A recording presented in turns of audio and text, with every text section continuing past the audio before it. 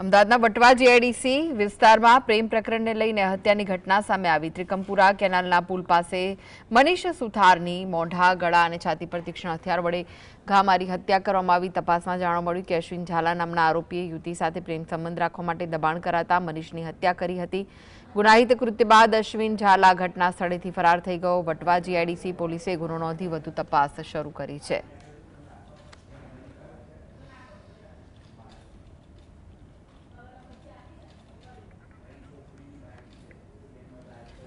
તો વટવા જીઆઈડીસી પોલીસે આ મામલે ગુનો નોંધ્યો છે, વધુ તપાસ હાથ ધરી છે।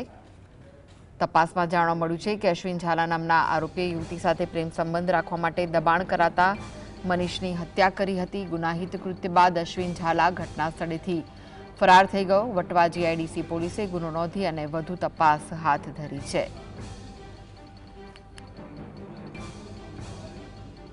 તો આરોપી અશ્વિન ઝાલા હત્યા કરીને ફરાર થઈ ગયો।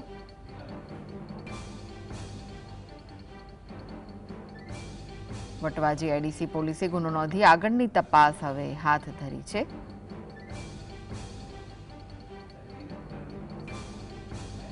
અમદાવાદ વટવા જીઆઈડીસી વિસ્તારમાં હત્યાની ઘટના સામે આવી હતી। પ્રેમ પ્રકરણમાં હત્યા કરવામાં આવી હોવાની ઘટના સામે આવી।